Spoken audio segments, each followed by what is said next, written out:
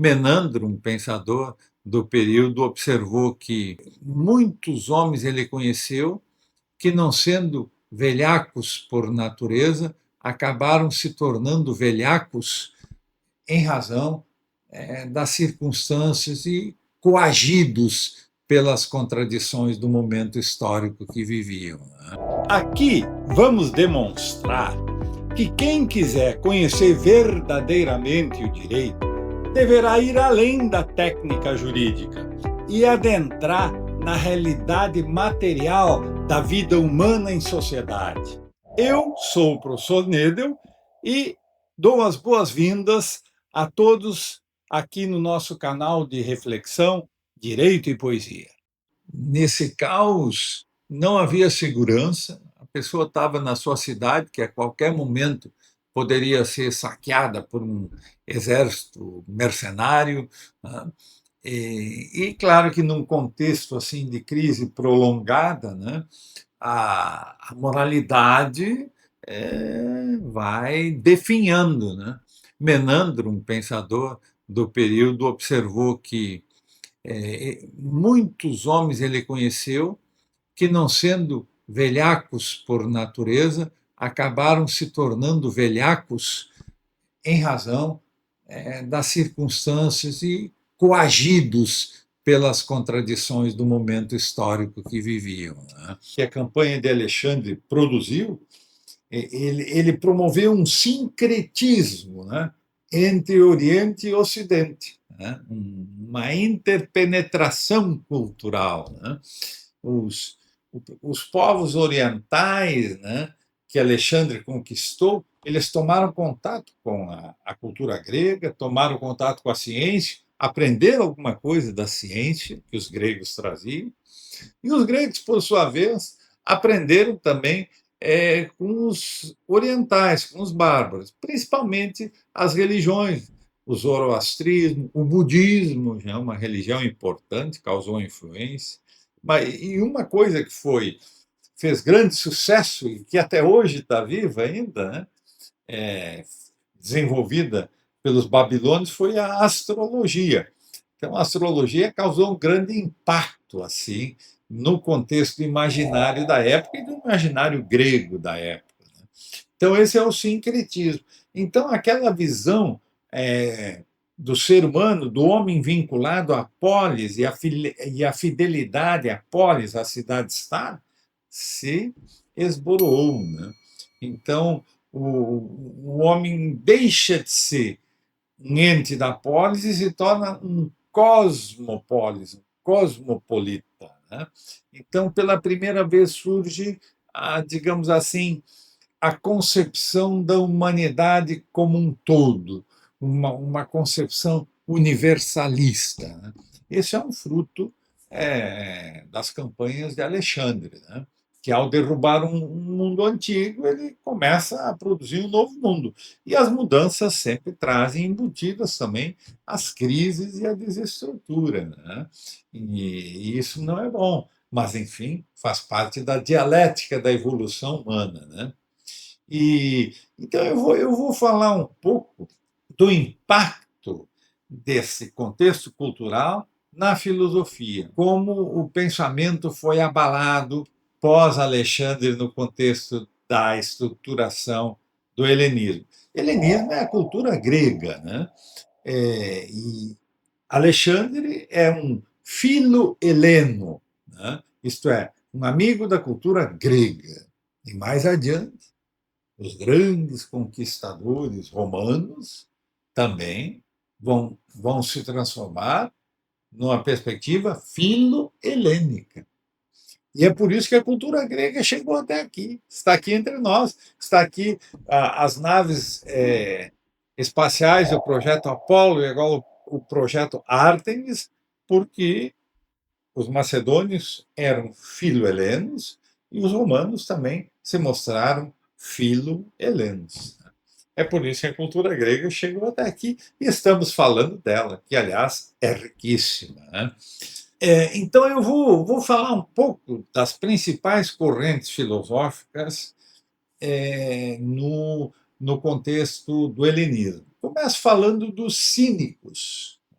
esse nome. Todo mundo fala cínico, tem um sentido pejorativo. A escola dos cínicos foi fundada pelo célebre Diógenes.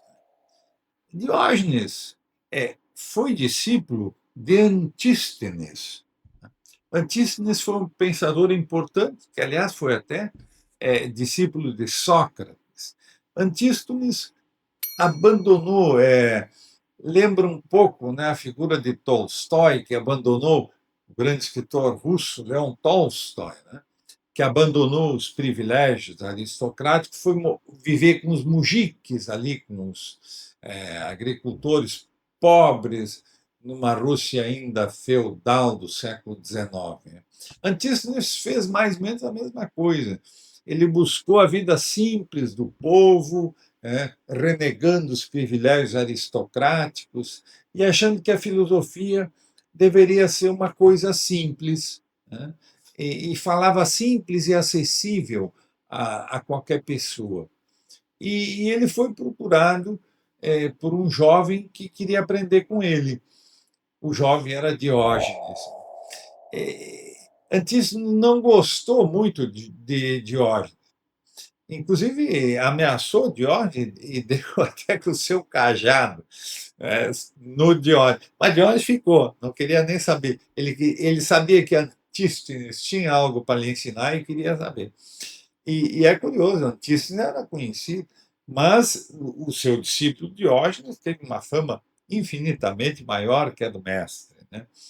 Diógenes, então, ele tem alguns elementos folclóricos, até pitorescos, envolvendo a sua pessoa. Mas ele era um pensador interessante, um pensador consistente, né? E daí que vem cínico. Diógenes pitoresco, ele vivia dentro, diz que vivia num tonel. Na verdade, era uma espécie de barrica grande de vinho, de madeira, assim. Tinha até algum conforto. Não era tão pequeno, não. E Diógenes vivia ali e sobrevivia da mendicância. Então, o seu tonel estava mais ou menos na entrada de Atenas, né? E lá ele vivia mendigando. Então, há momentos, coisas folclóricas. Certo dia, Diógenes foi ao centro de Atenas com uma lanterna e chegava no rosto das pessoas e botava a lanterna, que ele queria ver um homem de verdade, e só encontrava falsidade e hipocrisia. Então, ele preferia viver como um cão. Então, cínico, em grego, significa canino. Diógenes, na verdade, o cínico não era. O conceito de cínico que temos no imaginário contemporâneo é uma da pessoa não muito boa, uma pessoa falsa, uma pessoa, digamos, não muito legal, para usar uma expressão contemporânea. Era exatamente o contrário. Diógenes tinha anseios pela pureza e pela virtude. Tinha a sua alma pulsava e fervilhava, sedenta da virtude. Ele queria ser um homem plenamente virtuoso e viver uma vida simples, viver como um animal, como um cão, em pleno contato com a natureza. Essa era, então, a vida de Diógenes e o seu ensinamento. Então, ele desprezava as instituições, olha o contexto que eu há pouco descrevi, né? Ele desprezava o Estado, as instituições políticas, achava tudo isso uma hipocrisia. Preferia viver como um animal, como um cão, em imanência com a natureza. Entre as histórias envolvendo Diógenes, e essa até tem registros, quando Filipe da Macedônia venceu Atenas e acabou com a liberdade das cidades-estados na célebre Batalha de Queroneia, onde Atenas foi derrotada,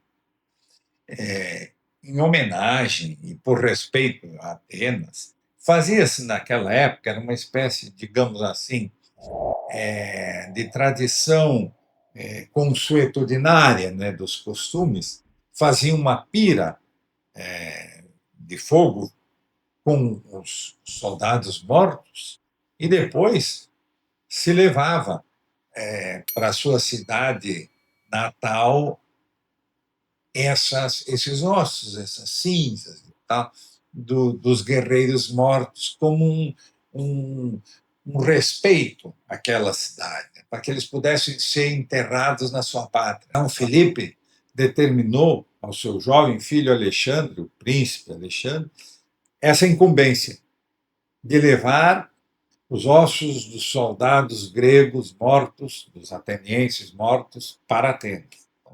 Ele sai com várias carroças para Atenas. E Felipe disse: Tu vais conhecer a cidade mais linda do mundo, a bela cidade de Atenas. E onde foi o centro principal da filosofia, do seu momento clássico no século V, né? Onde viveram no mesmo século Sócrates, Platão e Aristóteles, na bela cidade de Atenas. É uma coisa impressionante. Pois bem, então Alexandre vai para Atenas e conhece a cidade, né? Cumpre todos os rituais, né, inerentes a essa condição, como príncipe da Macedônia, e ele fez questão de conhecer Diógenes. Então, um séquito o levou até Diógenes. Então, quando Alexandre chega diante de Diógenes, Diógenes está com 70 anos e está completamente nu, tomando banho de sol na frente do seu tonel. E Alexandre chega ali com o séquito, né, e chega diante de Diógenes e diz: Salve Diógenes, Alexandre, príncipe da Macedônia, te saúda. Eu gostaria de doar alguma coisa que tu necessitas, podes me pedir. Aí Diógenes teria dito: Vou te pedir então, saia da minha frente, que eu estou tomando sol e tu estás me fazendo sombra. Depois desse, digamos, não tão amistoso momento inicial, os dois, o séquito sai e os dois têm uma conversa reservada. Ficam um longo tempo conversando, Diógenes e Alexandre. E ao final da conversa, Alexandre disse para os que o acompanhavam: Se eu não fosse Alexandre, eu queria ser Diógenes.